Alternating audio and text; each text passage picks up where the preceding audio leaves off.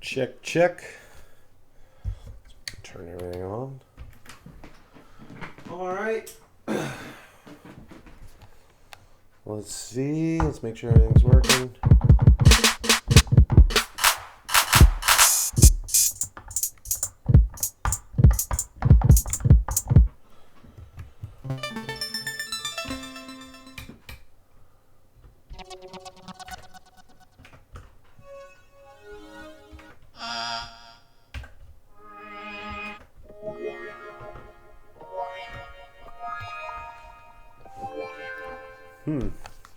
All right, so let's open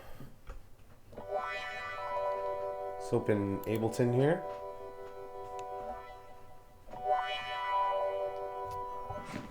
I'm gonna kind of mess a little bit with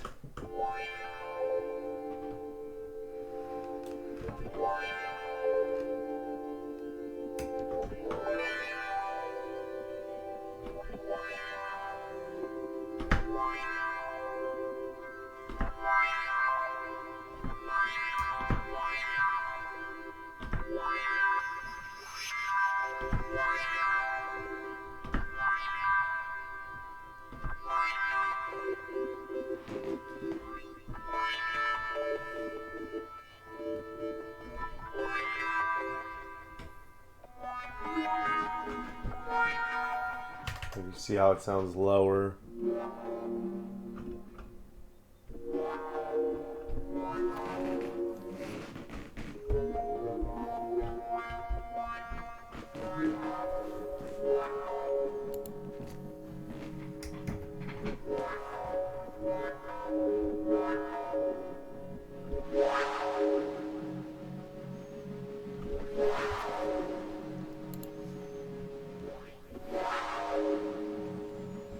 Kind of like that.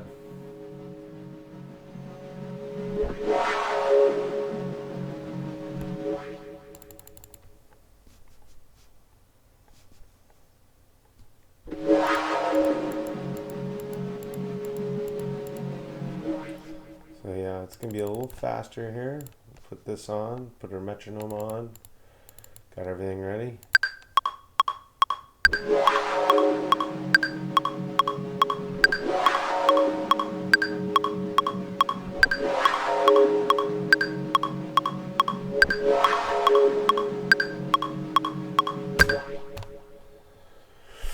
All right, so got that in as kind of the synth.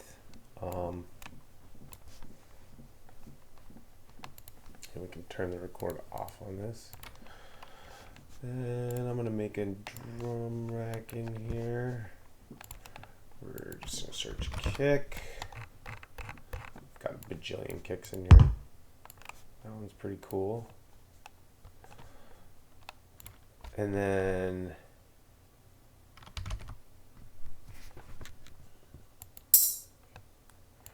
I'm gonna use something like that.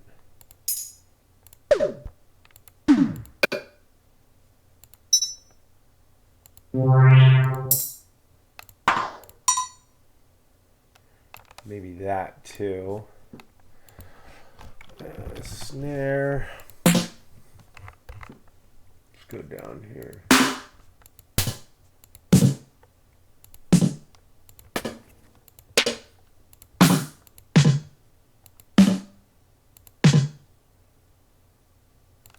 I usually do a few snares, so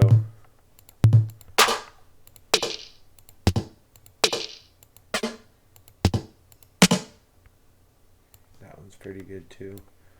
And then maybe just a regular hat.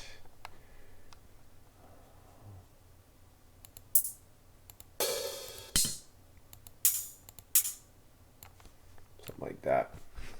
So now you can do Control Shift M, that creates a new drum rack track, and then you can come back in here and start to. I'm not going to.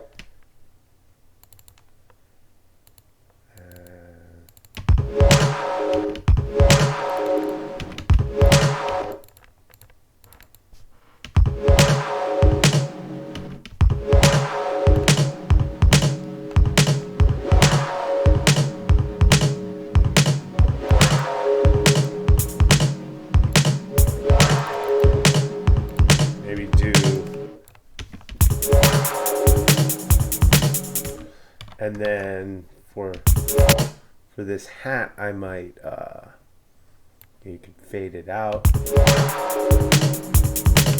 or I could even change the length of it.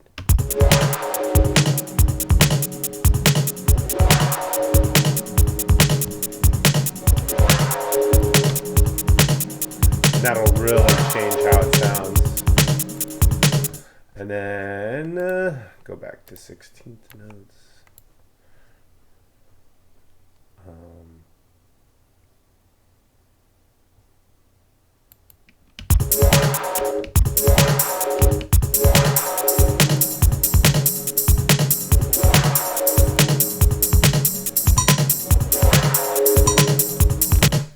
And then, so go into that bell noise. I'm going to do something similar. I just want it to just be a real...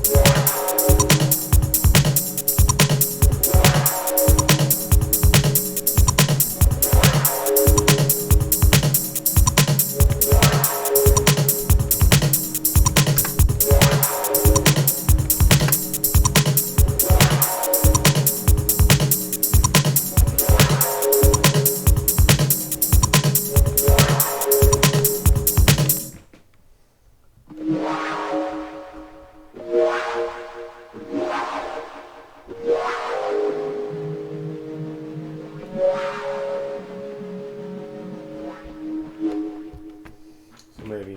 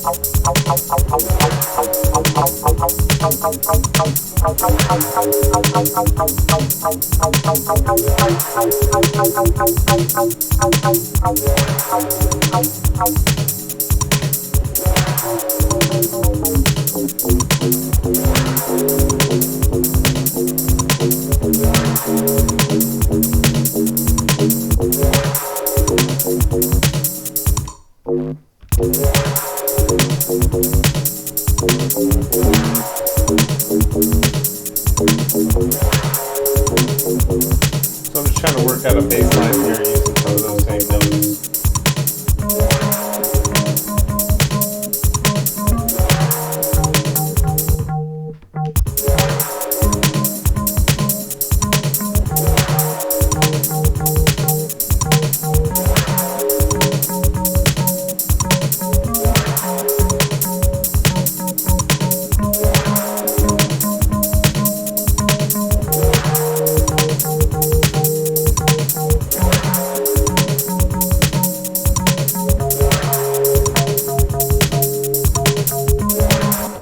I think I can work with that. So now I'm going to create a new track, which is going to be for this bass, and you can honestly just record the bass mono, so it's going to be like...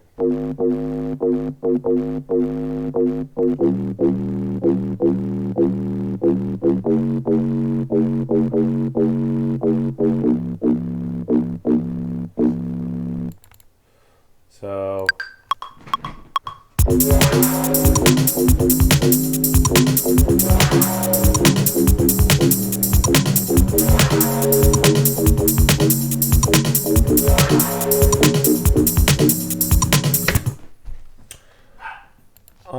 and we'll have that be the bass. Save this.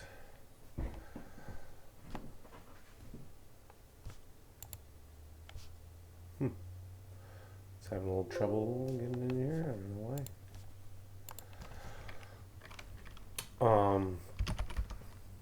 Mail.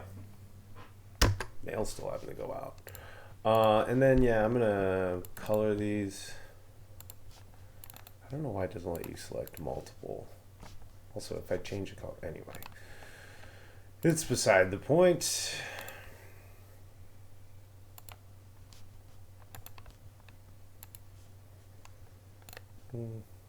Kind of neon green. And the synth, I'm gonna make it be that color. So let's get that on the 1. It took it a while to set the 1 there.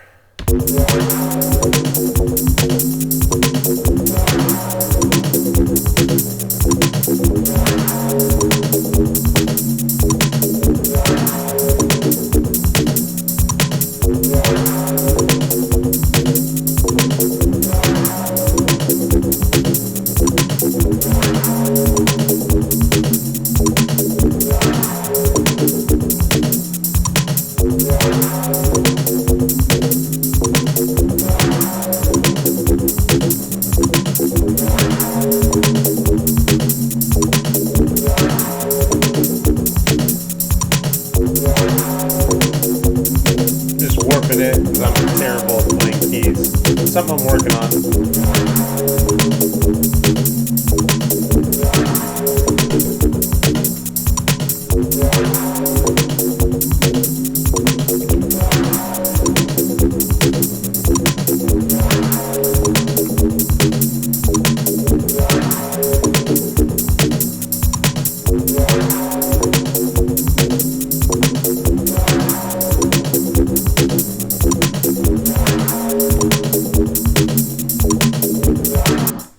And, you know, just do some minor arrangement here.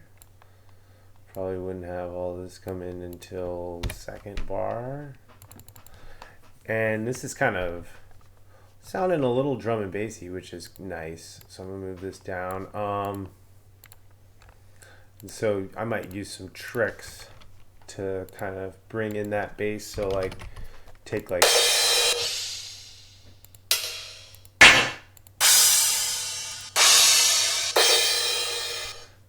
this, crash here.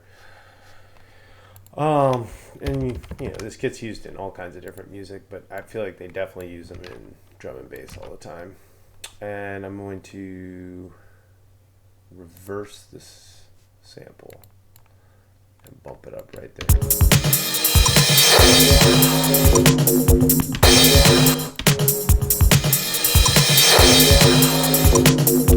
And then to smooth that out, because it's still like a little harsh, what you can do is just get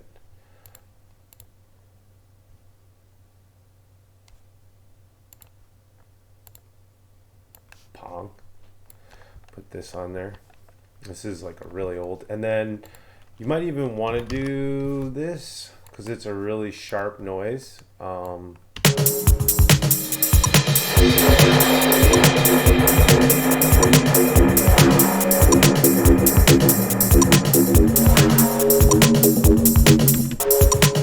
you get kind of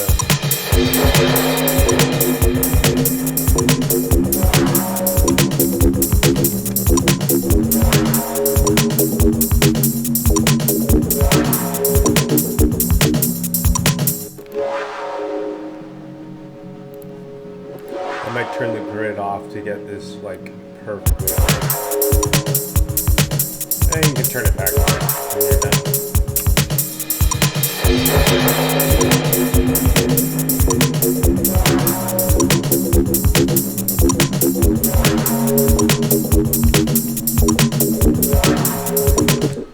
Another thing I might add, just hearing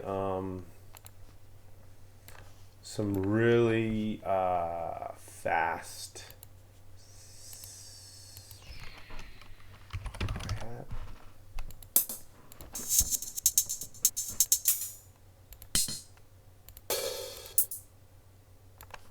something like that. Same thing, go in, create a new MIDI track, Control Shift M, and then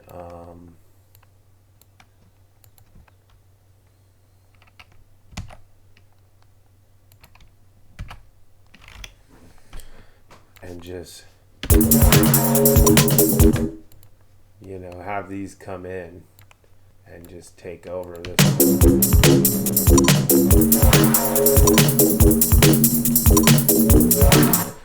And you can really have fun with the groove too. So have it maybe go, you know, add some variation in there.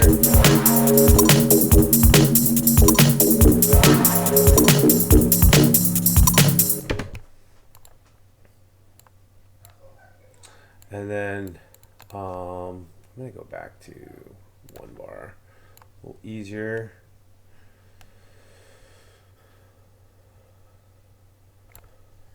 And actually, I'm just going to want to get this part of it. Basically, just get a little bit more of all this. So duplicate that, duplicate that, and duplicate that. And then run this out. And save. So I'm going to save that.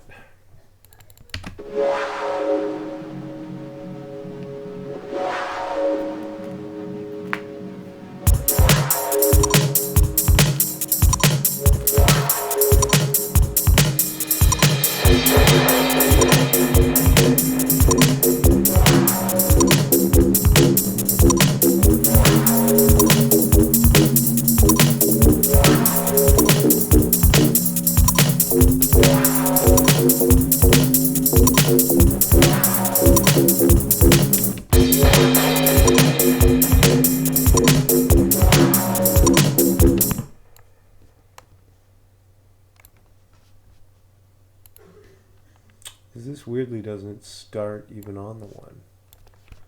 So it's kind of a bizarre.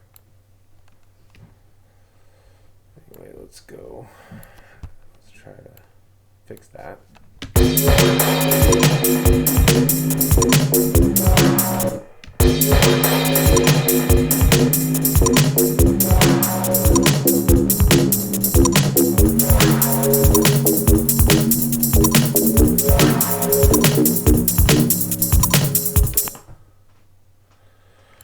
Let's just make this into a loop here. So it'll just be way easier.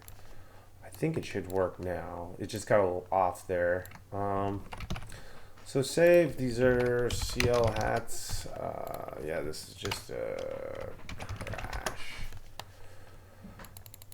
It's got a nice pace to it. I was trying to see if there's like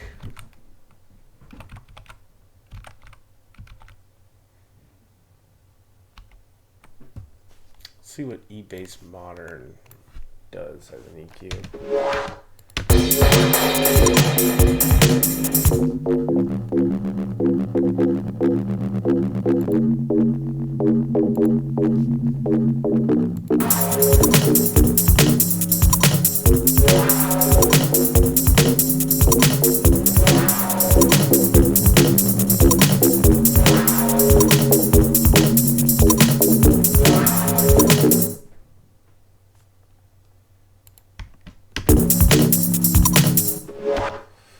Okay, I think I can turn that down a little bit now. So a little mixing here. Let's get to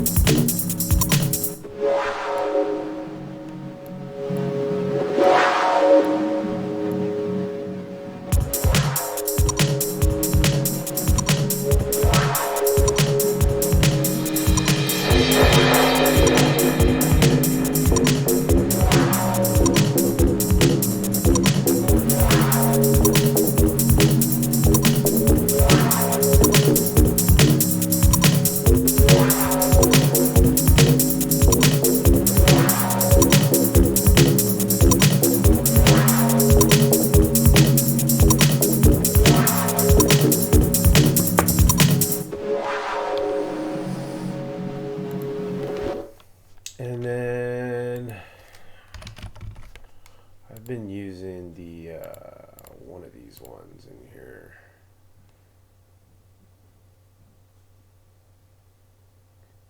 Full chain master. Boom.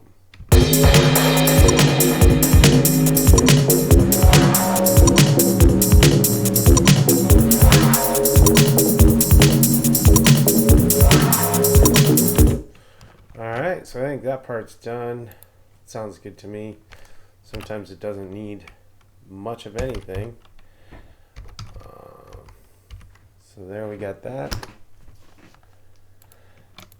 Yee, we got someone in the chat. Get it. But yeah, let's save this. Close this.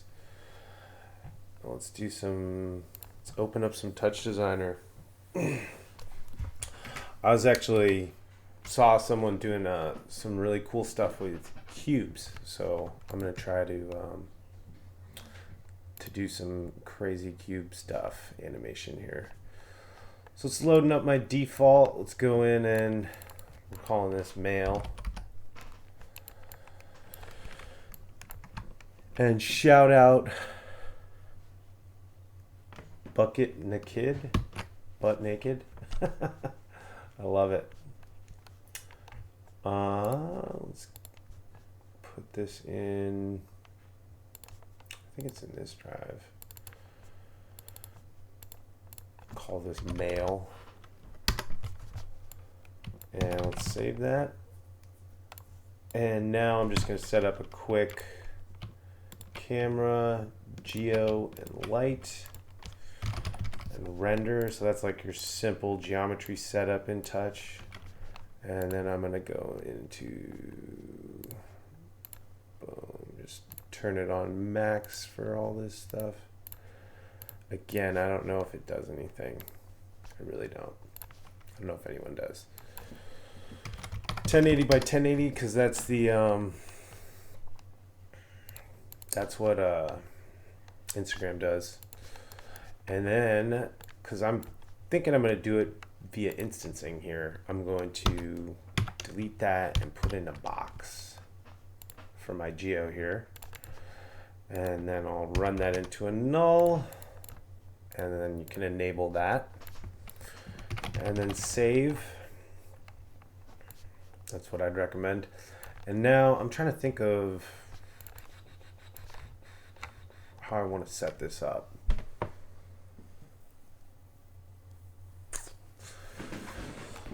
Because I definitely want to have it instanced based on a little bit of noise, but I want it to have some semblance of shape. So let's start with, the thing is a box itself is only going to have 4 or 8 geometry points, because you can see in here when you go into the display options. So it's only going to really give me that, which isn't what I want. So I wonder if I want to build like my own using a grid maybe. So go one like this. And this is where it gets kind of interesting. So I'm going to merge all these geos. And basically I'm going to want to transform them. So like the first one, I think I want this to be back one. And then this one can just be 0. And then if I merge them, no, that took it down on the Z. So that's not what I needed. I want this to go, nope, that's that way. Oh, this way, boom. So 1, and then you can see I've got the beginning of it. So if I make this bigger, you can kind of see I've got the beginnings of it. So then I'd go in here and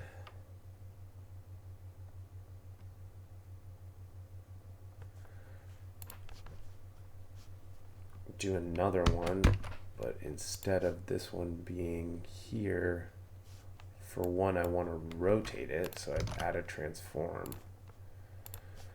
And I believe I want to rotate it this way. Yeah. So I want to 90 this. And I can put this in there so I can see what's happening. And so now I need to move this, translate this, no, along this by negative 0.5. And then along this by negative 1. That's too far, so negative 0.5. So there we go. So now we've got 3 sides of it.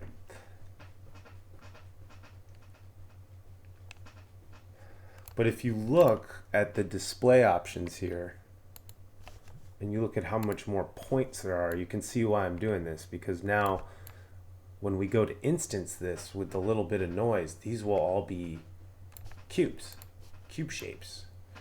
And we could probably mess with something like the size, and we'll get all kinds of interpolating geometric stuff.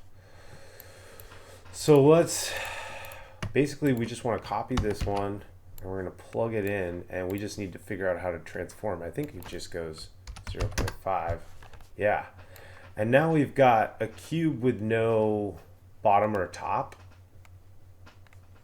I think we're going to want to go all the way with this. So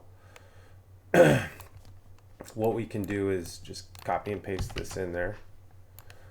And then we just have to kind of think about it a little bit. We'll first undo. I don't know why I disconnect that. We just want these guys going in. So put this one in there. For one, I think I'm going to want to turn it, this way, 90. And this is 0.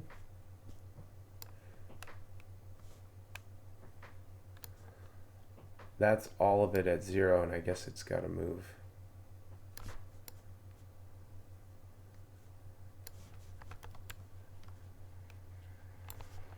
Negative 0.5 there, but now it's right in the middle. So I think here it has to go negative 0.5, and now that's the bottom part of the box. And this is what's funny is like, this should be pretty easy. You should be able to like do a box and then add points. But of course, Touchdesigner never makes anything easy.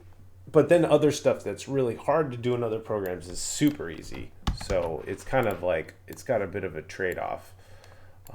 And once you get a hang of it, so now this one I'm going to want to, I already know it's just got to go right there, 0.5. And now I've kind of built my base here for this crazy shape. And one thing I might do,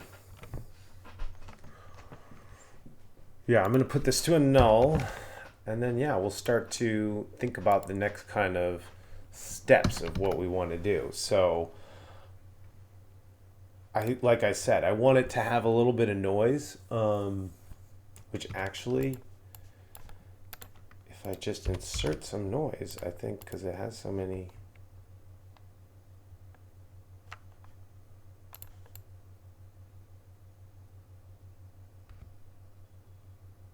Whoa. I think this might look crazy, but let's try.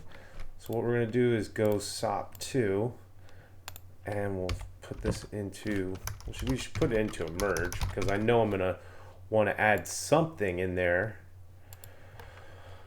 And again, like, this is getting pretty messy, so what I might do is take all this data here, and say this is a great feature, collapse selected, and it just puts it all in a tiny little base and automatically gives you an output, which is super nice. And now I might call this my cube SOP. And then I can kind of easily move all this back.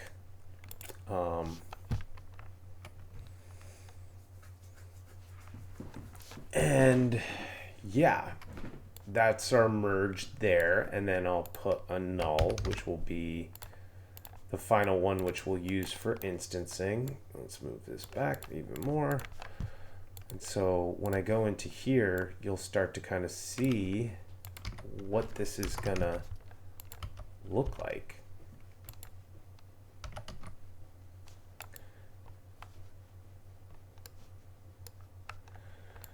Had a little bit of trouble there at the start, but looks to be all good now. Recovered. Well, it doesn't look like much at the moment.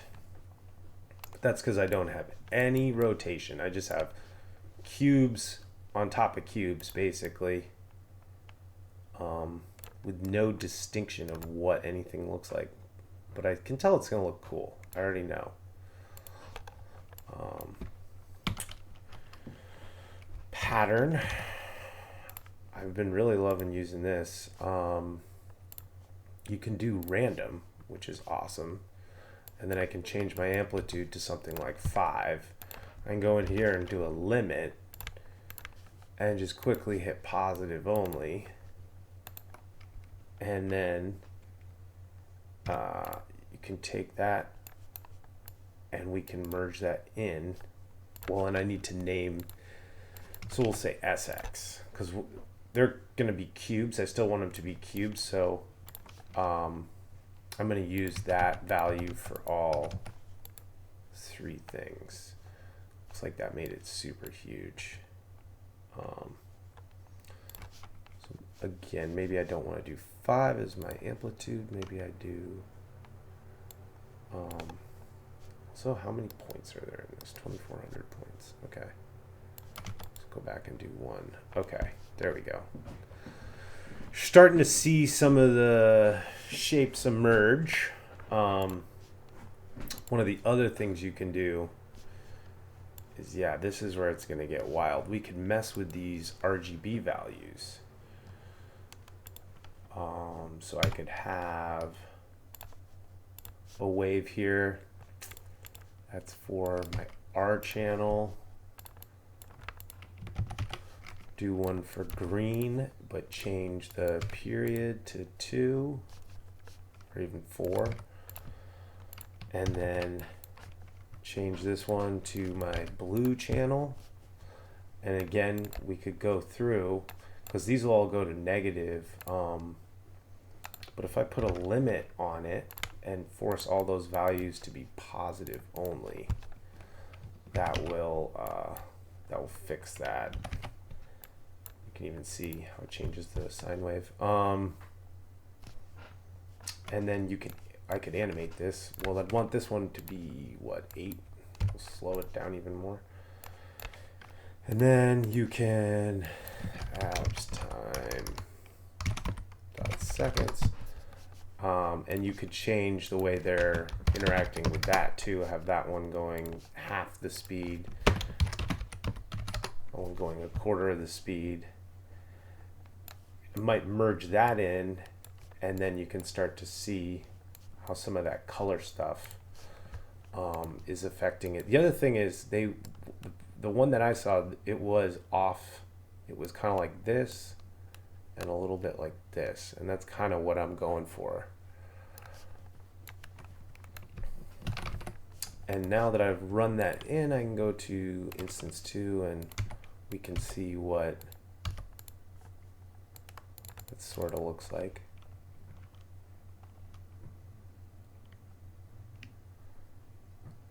Yeah, I think that looks cool. And like I said, you can really easily mess with this noise or even change the actual way it's interacting. And I like cranking up certain colors. Yeah, now we're talking.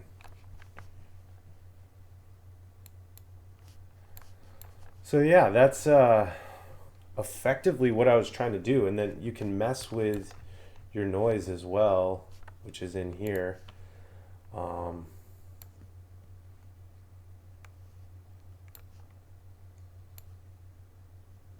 Like that'll just look nuts.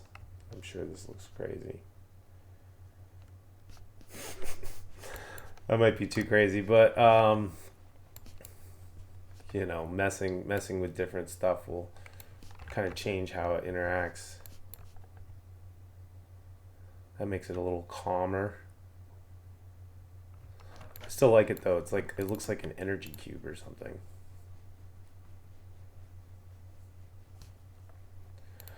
And like I said, we've got a lot of parameters over here that are, for one, I want to match that part. And then hooking up some slight, what you could do is maybe do a couple LFOs here where you're using this 40 and 50. So I'll have it go from negative, you know, kind of things. So I'll take my math here and go from -1 to 1 to -40 to 40. And then this one, do kind of a similar thing. This is just to add some motion. These are both going way too fast though, so slow it down. I think 0.23 is pretty good. And then I like to even add a filter in.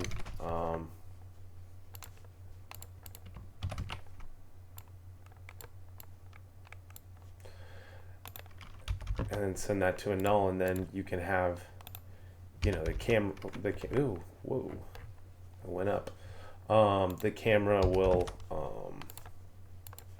look really nice and kind of give it a feel of like, oh, this isn't just this one's the one that goes to 50, just stagnant and not doing anything. It's also kind of moving, giving it some motion. You can see.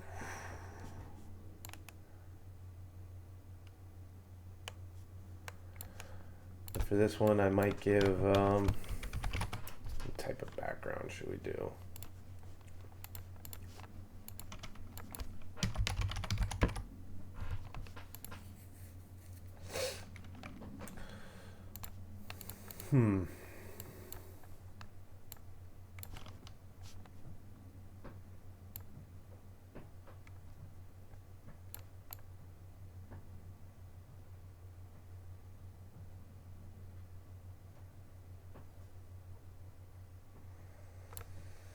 Maybe something in that vein. It's in some distant sky. So here we go. It's gonna be a really bright piece. I'm really digging it. So export this to where daily renders are. So mail 1, save. Everything's ticked off the boxes, and yeah, I might try to like I could switch up what is emphasized in terms of, you know, that. Also switch up how the noise goes, maybe how distant the camera is. So if I move my camera out a little bit,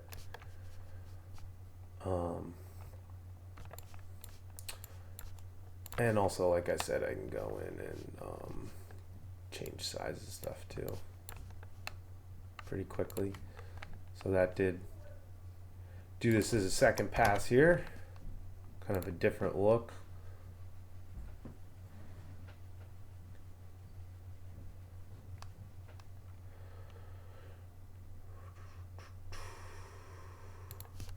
And then I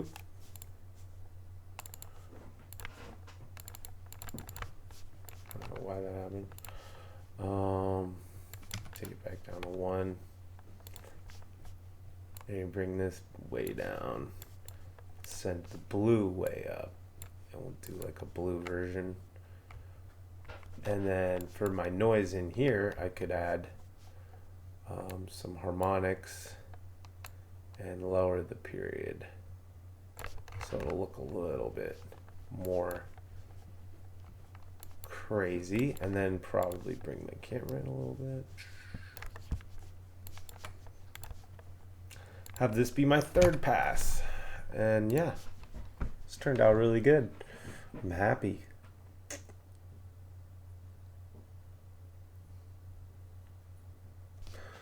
Instancing can be super fun.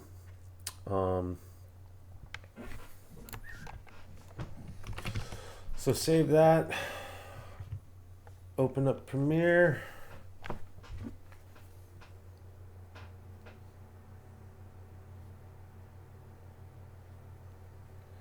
All right, slowly opening. And this one's called Mail.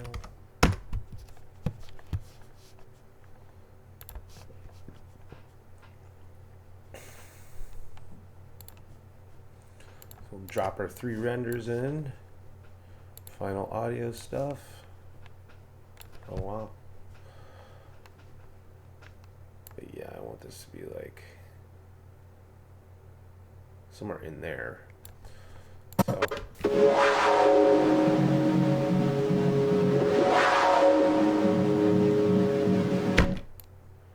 can already tell something's gonna happen there.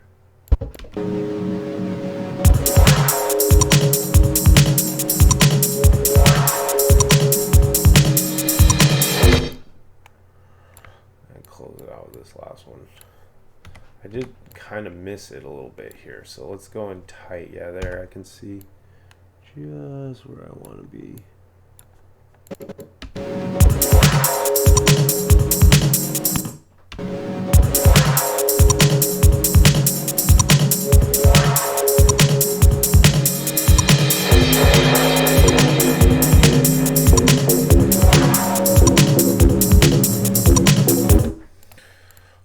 So yeah, I'll add in this crossfade transition.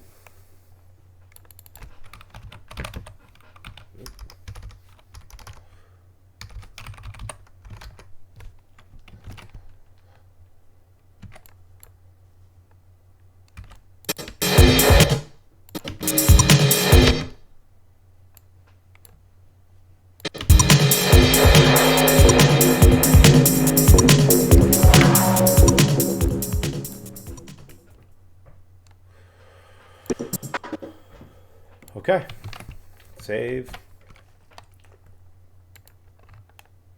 Use my usual preset here. And export.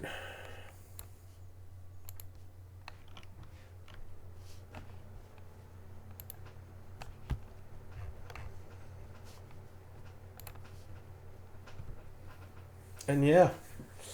So that was kind of what I was trying to accomplish. I've seen a couple people doing cool stuff. I might try to attempt to do something similar in Blender. See if I can create kind of a similar effect. I'm sure you can. But yeah, let's see. Hopefully it didn't crush it too bad.